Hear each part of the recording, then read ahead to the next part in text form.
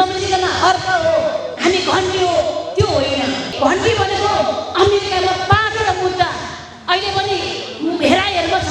अहिले नेपालमा आएर कतिवटा मुद्दा छ त्यस्तोको पछि लाग्यो, ठगीको पछि लाग्यो। तपाईँहरू भाषण सुन्दा सुन्दा थकित हुनुभएको छ, तर पनि केही कुराहरू तपाईँ बिचमा राख्नुपर्छ। आदरणीय कमरेडहरू, जसरी हामी बिचमा हामी महान जनयुद्ध, जनआन्दोलन, मधेस आन्दोलन, अहिले जेनजी आन्दोलन हुँदै हामी यहाँ आइपुगेको छ। केही कुरा त यहाँ राखिसक्नु भएको छ। हाम्रो चाहिँ नगरको अध्यक्षले केही कुरा चाहिँ हामी अब माग्नु रे, अब हामी घन्टीले यो नभनौँ, किनकि माटो र अन्नबाट निस्किएकै छैन। उसको सुनो, उसको स्वरूप कस्तो हुन्छ, उसको पहिचान के हो त्यो केही छैन। उसको आदर्श के हो, उसले बोकेको भिजन के हो, उसले बोकेको विचार के हो, सिद्धान्त के हो, केही थाहा छैन। हामी आफैले प्रचार गर्दैछौँ उनीहरूको यो घन्टी। घन्टी भनेको अमेरिकामा 5वटा मुद्दा अहिले पनि हेराइहेरमा छ। अहिले नेपालमा आएर कतिवटा मुद्दा छ त्यस्तोको पछि लाग्यो, ठगीको पछि लाग्यो। तपाईँ म के भन्छु भने यो हर्का भनेको, बालेन भनेको, घन्टी भनेको जनयुद्ध, महान जनयुद्धले सिर्जना गरेको एउटा फुलबारी हो। फुलबारीमा फुलेको एउटा फुल हो।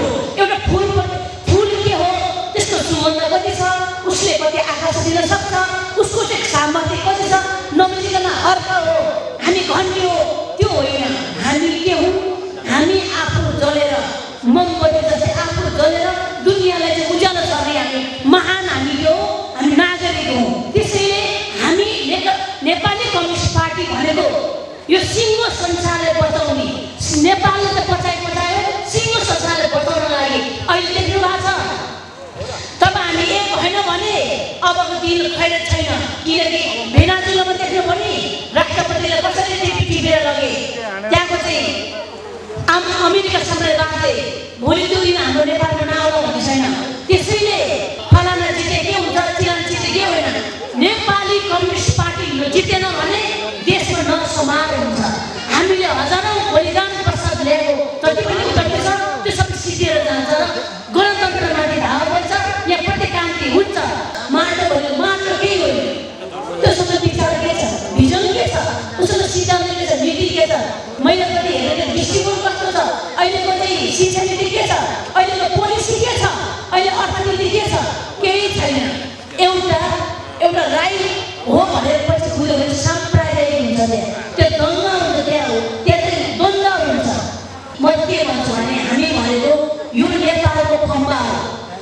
जबसम्म प्रचण्ड रहनुहुन्छ, अनि प्रचण्ड एउटा 18 घण्टाको चाहिँ संयोजक भनेर उहाँले देश विदेशदेखि लिएर नेपालको सबै जिल्लामा चाहिँ जसरी ढङ्गले उहाँले पर्यटन गर्दै हुनुहुन्छ, जुन आह्वान गर्दै हुनुहुन्छ, उहाँले एउटा सन्देश गर्दै हुनुहुन्छ। यो भनेको समग्र हामी सबैले एउटा चाहिँ प्रतिनिधि गर्ने एउटा पात्र हुनुहुन्छ।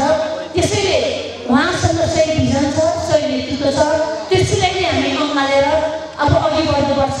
जहाँ चाहिँ फेरि 2 कार्यकाल काम गरेर रेडियोजीले त्यहाँ हेर्नुहोस् भरतपुर कस्तो हरभरा बनायो।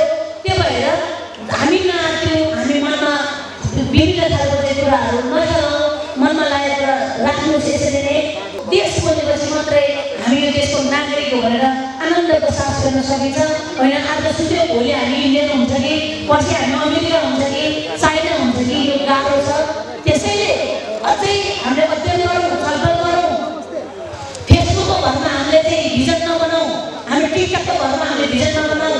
वास्तविक के हो, यथार्थ के हो अझै केलाउँ, त्यसलाई मध्यनजर गरौँ।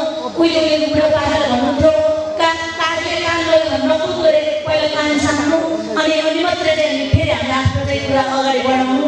यसो गर्दा राम्रो हुन्छ। फलाना राम्रो, चिलाना धेरै भन्छ। नेपाली कम्युनिस्ट पार्टी किन कसैको केही हुँदैछ होइन। एक सिट ल्याउन सक्ला, 2 सिट ल्याउन सक्ला, त्यसले के गर्न सक्छ, फेरि के गर्छ, फेरि खिचडी हुन्छ।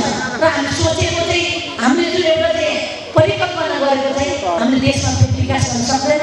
अनि फेरि अधुरो रहन्छ, र बेफिकी हुन्छ। जब त्यसलाई सिस्टममा लाने हो भने हामी एक हुन जानेछ, एक ढिलो हुनु जरुरी छ।